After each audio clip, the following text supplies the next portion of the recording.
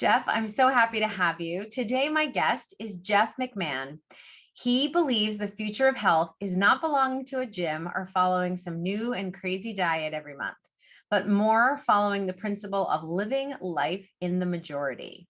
This refreshing approach of getting people results without being miserable and sacrificing a lot has made him a sought-after consultant and mentor for top online entrepreneurs, thought leaders, and influencers. And Jeff, I'm so glad to have you. And I'm so grateful that you're willing to share your story and your experience of divorce with everyone today. Well, I'm very happy to be here and excited for the conversation we're about to have. Yeah, me too. Great. So Jeff, I always start the podcast asking people the same one question, which is, what one word would you use to describe your divorce? Needed.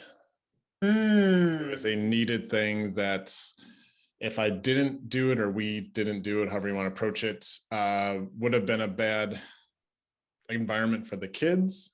Nothing that it was violent. It was just a lot of yelling, a lot of anger, a lot of frustration, and the kids could see it too. And so the only thing I could see to do, because I'm the one that initiated it, was to start counseling and then go into divorce after that. So wow, needed would be the word I would say. I love that word because it really, a big part of my work is flipping this stigma of divorce on its head, that it's somehow a failure. And your word is such a great example of actually what was more healing for my family was the divorce. Correct. Yes. Yeah. And that was brave of you to initiate that. Yeah, it's risky, but I wasn't a calculator risk. I didn't really think it all the way through, but at the moment, just fighting for like 18 months straight and like, I want to do counseling and I did, and just didn't get better. Like, things like that are just, it was right. It was needed. So let me ask you this. I usually like to explain to people listening that, divorce doesn't happen overnight, right? A lot of times we have this kind of prolonged or protracted experience of, you're mentioning counseling, or from the first time you think about separation. So I'm curious for you, Jeff, like how much time was there and what was the experience like from when you first thought about the possibility to actually divorcing? First thought about the possibility a year into our marriage. We ended up going to marriage counseling. We fought a lot. We rushed our wedding after being engaged because she had cervical cancer and didn't have medical insurance. So I was like, oh, well, let's, we're going to get married anyway. Let's get married now. That way you can be on my insurance. And then we can get you your procedure to help out. And she's all fine with that. So no worries. Good. But we didn't have that engagement period of planning a wedding and seeing what each other are really like, and like going through the ups and downs that a lot of relationships would have before tying the knot. Yeah. And so a lot of and you also had the cancer. I mean, that, having a life stressor brings people together. And I, in my experience, in my practice, sometimes covers up some things. So I wonder if that happened. It definitely covered up some things. And I wanted to, I love this person, want to make sure that she was okay. And, in a real relationship, I would always probably have gone a lot slower than, being engaged and married 2 months after that. So, hindsight's 2020 kind of thing. But looking at it, the first year was rough. We had a lot of ups and downs. And so a lot of trust issues. And I was going from being very single to then being, now married, and like that transition of like, no, it's Christmas. I want to spend time with my brother, not realizing that she wanted to be home and just have a first Christmas together alone. And like, so a lot of things we should have figured out, and we had a lot of fighting, did counseling, got better for a few years. And then later on, with her new profession, there was, hiding text messages. There was, always second guessing what I'm doing, not trusting me. And then our trust kind of faded into our then intimacy trying to fade. And then it turned into just glorified roommates versus actual love to be around each other. And, then the kids would start butting heads with us. And it just was like, okay, something needs to change because this isn't going well for anybody.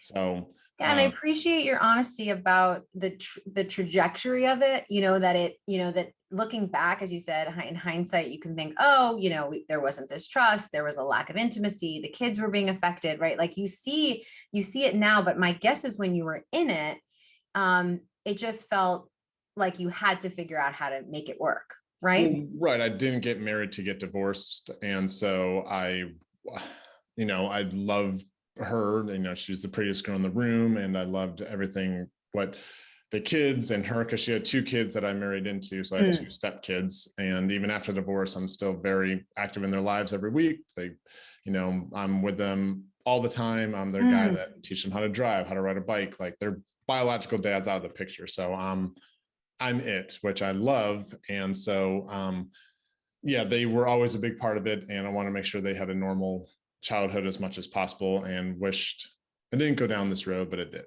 Yeah. And so you initiated the divorce. I initiated after one time we were coming home from a wine tasting in the afternoon, and for the entire 30-minute ride heard how bad of a husband I was and father, and I do is never there, and I work too much and all this kind of stuff, and I'm like, I just can't do this anymore. Yeah. And isn't it interesting, right? Because that was probably a conversation you had many times, but for whatever reason, that day it was enough. Well, all I said was, what do you want to do for our anniversary, which is 4 days before my birthday. And it was like the beginning of October when I asked this. She's like, I don't have a schedule like you. I can't work for myself, and blah, blah, blah, blah. And like went down this whole thing. And I'm like, all I want to do is when we're going to have a date together. But okay, if we can't even do that without fighting, then what are we really doing? Yeah. And so it must have been painful. I imagine the kids, there was some impact with the kids. You've mentioned that before. Can you share a little bit about that? Yes. Initially, she told the kids one-on-one on her own, and they seemed fine. They didn't want to see mom and dad fight all the time anymore, so they were okay.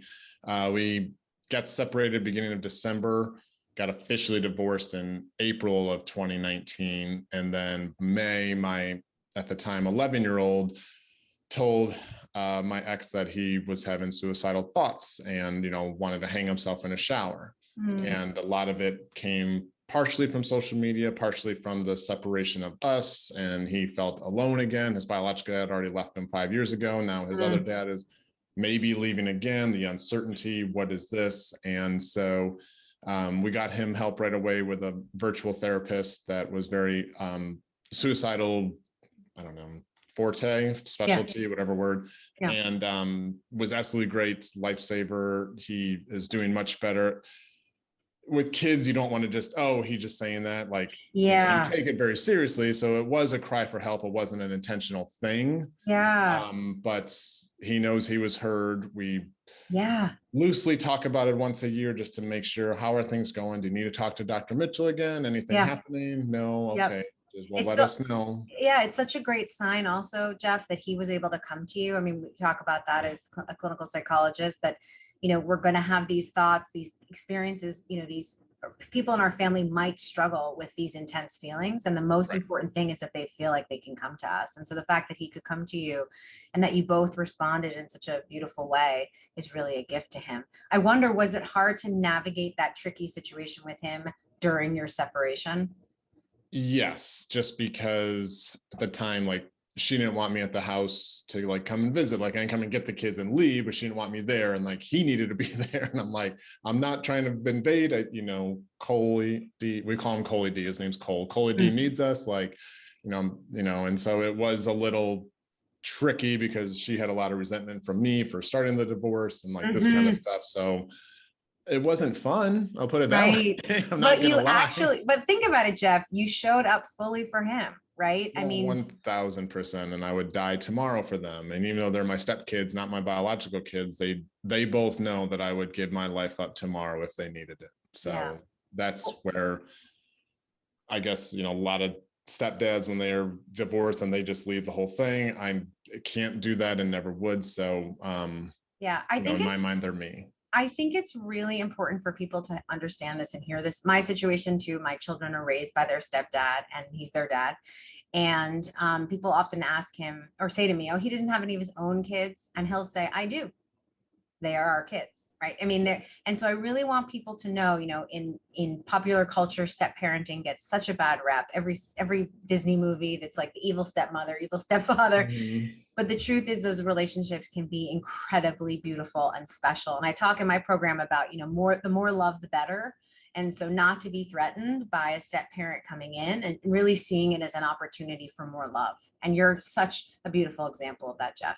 Well, thank you. Yeah, no, I definitely couldn't agree more. The more the merrier for that, as long as the kids want that too. If they, like my ex is dated and they don't like who she's dating and stuff like that. So obviously it has to be both ways, but yeah, the more the merrier for sure. Yeah.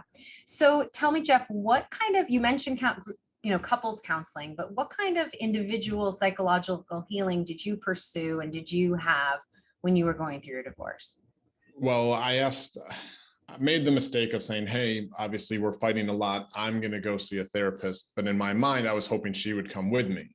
She's like, oh, okay, that's great. And in my mind, okay, now she thinks it's only my fault that all this fighting happened. So I did go to counseling, and we did, for the most part, talk about my ex. And then when I got done with the session, she'd be like, oh, what happened? And I'll be like, oh, we were talking about this. She's like, all you're going to do is talk about me. And I'm like, kind of, it's the definition of what I'm doing. Like it's what I'm going through right now. You can come with me. No, I'm not going to be in a bashing session. I'm like, okay. And then the one thing that triggered for me specifically was when the therapist was like, on a random Tuesday in November at 11 o'clock at night, will you be okay sitting by yourself? She's like, divorce is a lot like a funeral. People will come with food for about a week or two, and your best friends will be there. And then after 2 weeks, you'll be gone. They won't think about you. And then are you going to be okay at that moment? And I was like, I think I will be. And that's when I was like, I can't do this anymore. And, I'll try to find a place to go. I want you and the kid, I was very amicable throughout our whole divorce. Even everyone's like, wow, you guys had the easiest divorce ever. There was no fighting over things. There was no, I walked away from everything to start over, which I was fine with, because in my mind, I still want the kids to have the house where their friends come to and they have a normal childhood. I still, want them to have everything that they would normally have if we were still together. Well, sounds like you made it very amicable and easy. And it sounds like at that moment with the therapist, the focus shifted off of your ex and onto you, and would you be okay? And so did you then start kind of focusing on, oh, okay, what do I need? What do I want? Like trying to understand you rather than just the relationship? Yes. And the two biggest things I realized from the divorce, which is why it was needed, was I wasn't myself in the divorce. So like in dating her, I was so used to being a people pleaser that I would be like, yeah, I love country music. I don't really like country music. Or, I love Grey's Anatomy. I hate Grey's Anatomy. So like, she's like, oh, I thought I was marrying this one guy. And then as we're finding out, you're not really that guy. So who am I really married to? Caused a lot of issues. Yep. And then, so I knew from the divorce, like, I'm just going to be me. If someone likes me, great. If they don't, I'm fine with that. I'll find someone else that does like me like that. Yeah. Did you start looking into and trying to understand like why you were a people pleaser and where that came from? And was that part of the work too that you did with a therapist? Not that deep into it. I know why I'm a people pleaser is because having strict parents and like I had to have straight A's in school or else I couldn't even play sports or have friends. Like I had to like go to church every Sunday and like all this kind of stuff. So I knew the upbringing caused a lot of it just so I could feel normal. But in the same token, people pleasing kind of helps my job because I do a lot of fitness training and virtual training with people all over the world. So the happier I make my customers, the more they want to stay with me. Right. So I think that's really one of the issues about people pleasing, right? Is that there's two sides to every coin. Like in a lot of professions, it's a real asset. Problem is in a relationship when you start losing yourself because of people pleasing. In work, there's the boundaries, so you're not going to give over yourself. But in a relationship, I love that example. Like, yeah, I like country music. Like, no, I don't. So did you have the experience that a lot of my clients have where after you get divorced, you look around your house and you're like, what do I actually like? Like, what do I actually want to do? What do I want to be listening to? Like, did you have that experience? I did, because I got to like, my hobby to de-stress and like free my mind is to like play video games with my friends on Xbox. So like I got to do that more. I would still go see the kids about 2 to 3 times a week. And so I still had a nice balance between both my friends and my kids. Yeah. But I did find myself, at least the first year of divorce, like taking more trips to like escape a little bit. Like I'll go to Colorado. I went down to Texas. I have virtual clients all over the world. So I would go visit them to like escape and feel free. But then after the first year, I was like, I feel guilty making these trips. I only want to do these trips if I go with my kids. And then COVID happened, so I couldn't. So that's doing that thing. But now that it's back on, like we're doing our first trip in 2 weeks to Texas. And I want to do another one this summer. Like I don't want to go on trips without them because I don't need to escape. I need to embrace more. So that was a big revelation for me. Beautiful. Wow. That's a really lovely. Is that the second thing you said you learned? One, you learned about the people pleasing. Was the other that you were more of an avoider rather than an embracer? Yes. Yeah. Yeah, that was the big part. So definitely, you know, I'm still learning. I mean, first year and then second year into divorce is still a learning process. Sure. You know, been dating since and had some ups and downs, like ready to commit to a new person, not ready to commit, you know, that kind of thing. And so trying to navigate that realm of things is a new road and path I'm not used to. Yeah. So trying to figure that out is what this year looks like, but in the same token, also trying to get rid of COVID and see what normalcy looks like. Are you noticing, or are you keeping your eye out when you're dating? I talk to clients about this now for things that you used to do, you know, behaviors that you did in your previous relationship. Yes.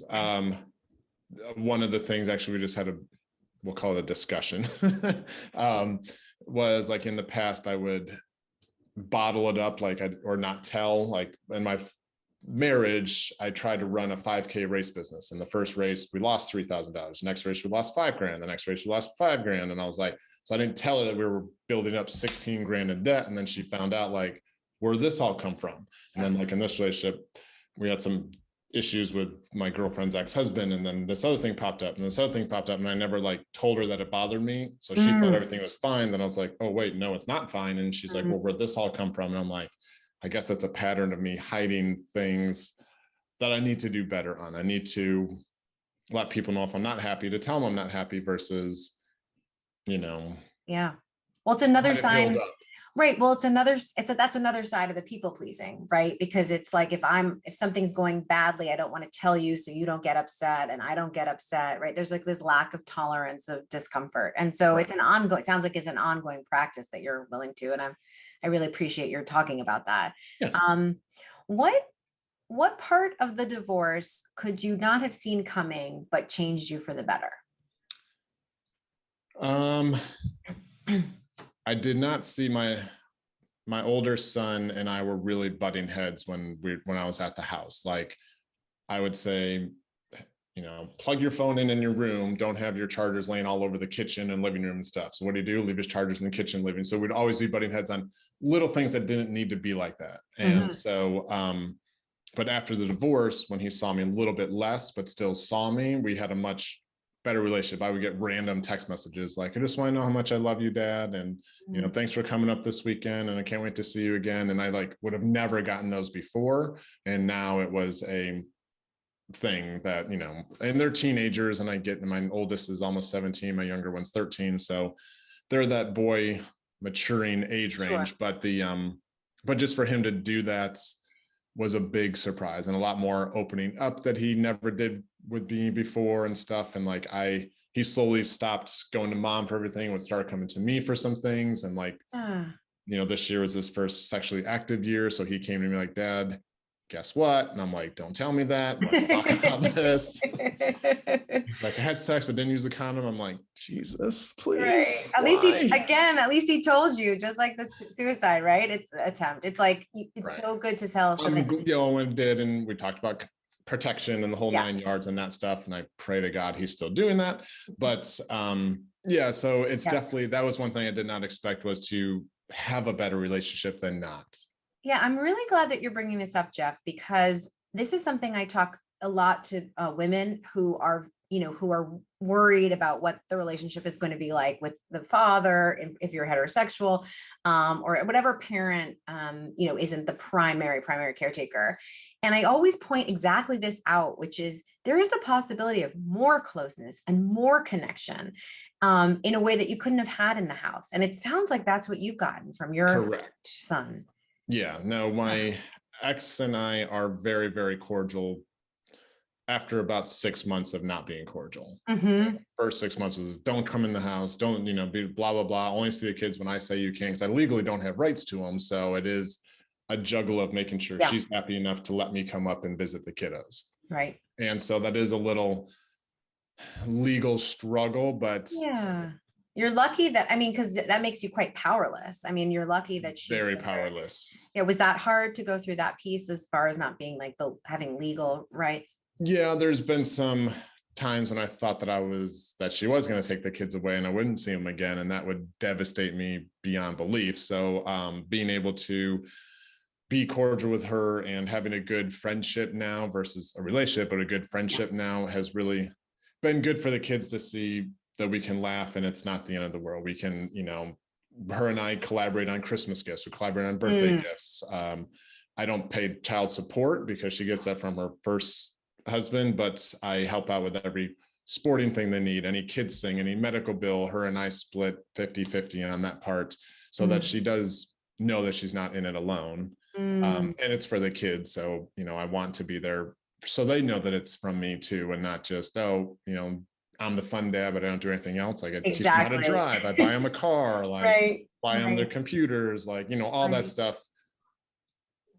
Her and I do, but I do the financial part to help out and make sure that the kids can still, him driving now helps my ex get everyone to practice and pick them up from school and that kind of thing. So it's been a blessing for everybody. Yeah. And I just want to reiterate that piece of the closeness and the connection that probably wouldn't have happened if you had stayed in the house because of the fighting with you and your ex, and also just what it was like between your older son. So I think that's such an important thing for people who are listening to understand, that there's a possibility for even more connection.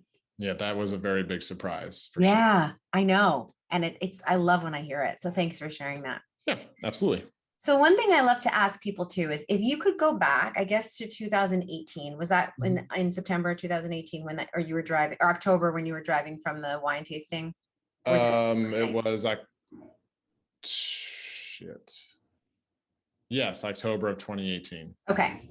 So let's say you could go back to that, just peek into that car, and give yourself a little tap on the shoulder and send yourself a message now from yourself now. What would you tell that guy back then? I'd probably tell that guy to convince her to do therapy with you.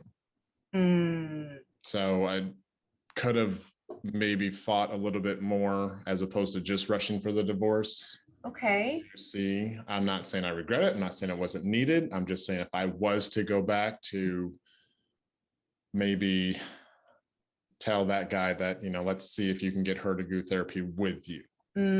So that would be the advice you'd give him. That would be the advice I would have given him. Yeah. So. Yeah. Well, it's interesting, right? To think about knowing what you know now, what you would have liked, which is just to have known that you tried that. And do you think that there's anything you've learned about yourself that he didn't know back then? Yeah, I definitely know how to be happy, and I definitely know what makes me happy and what I want to be around for, what excites me. Why do I work harder in business to, provide more for the kids and that kind of stuff. So I know my drive and that scenario, but I don't know. Overall, I would just mostly say that it's